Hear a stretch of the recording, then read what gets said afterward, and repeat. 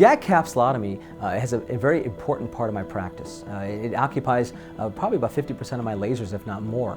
On average, about 10 to 15 YAG capsulotomies a week. And I'm a high cataract volume surgeon, and therefore the more cataract surgery you do, the more YAG capsulotomies you're going to end up doing as well.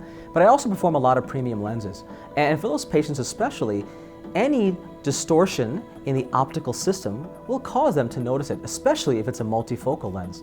And so for me, I'm more aggressive, and I don't wait necessarily as long to perform YAG capsulotomy in these patients. As soon as they have a complaint, if I start to see refractive error changes, or they have night vision glare, other distortions that I'm not allowing myself because of a refractive error, then I perform YAG capsulotomy on those patients as well.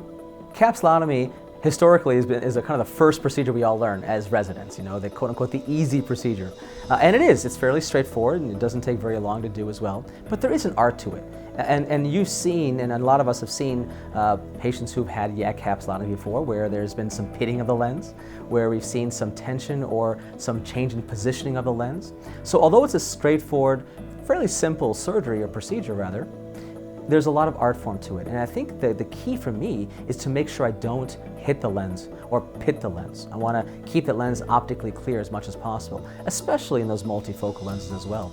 But I also don't want to put too much tension on the capsule. I want to make sure that I'm not also loosening certain attachments to cause any decentration of the lens or any change in positioning of the lens, let's say in an accommodating lens or in a spherical lens where a change or decentration of the lens could cause some higher order aberrations as well. So although it's a simple procedure, I think there's a slight art form to it as well. And having a laser that's optimized for it has helped me in my practice perform a more efficient and safer YAG capsulotomy.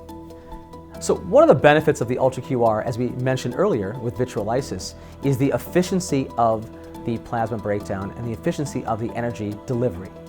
It's a truncated energy. In other words, the beam is not a very large Gaussian curve, it's a more narrow Gaussian curve, which allows us to perform the procedures at a lower energy setting with less dissipation of energy into the vitreous, but also for YAG capsulotomies. My goal is to perform a centered YAG capsulotomy, a capsulotomy that has a certain size. In other words, for me, depending on the lens, a 4mm capsulotomy, I want to make sure that I'm creating enough space so the patient doesn't have any visual obscuration, but at the same time, I don't want to make the capsulotomy too large where I have a risk of decentering the lens as well. And because of the plasma breakdown, because of the energy efficiency of the laser, I'm able to really, truly tailor my capsulotomies and the shape and size because of that energy beam. Here's an image of a YAG capsulotomy I performed with the Ultra QR. And what I love about this capsulotomy, it looks almost like an anterior capsulotomy performed by a femtosecond laser. And this is typical of my capsulotomies with the Ultra QR. Believe it or not, I've tried to do this with other lasers and I'm not as good. And part of it's maybe me, but also I think it's the laser energy.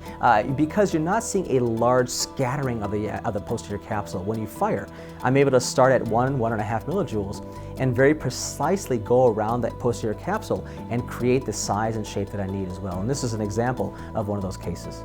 One of the benefits of the Ultra QR that I personally enjoy a great deal is the variable offset settings. In other words, very few other lasers, in fact from my knowledge, I don't think any other laser has the ability to go from 100 to 500 microns of anterior and posterior offset.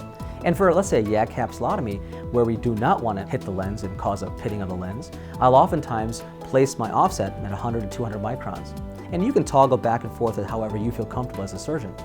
But one thing that's nice about that is because the energy profile of all YAG lasers is such that when you fire the laser into the vitreous or into the anterior chamber or the posterior chamber, there's something called a convergence zone. When the energy fires and the plasma breakdown occurs, there's some energy that travels towards the source of the laser. And that's called a convergence zone. And because the energy travels towards the source, by placing a posterior offset, you have a better chance of not hitting the lens and hitting the posterior capsule instead as well. And I think having the ability to actually customize and change the offset depending on your comfort level is a true benefit.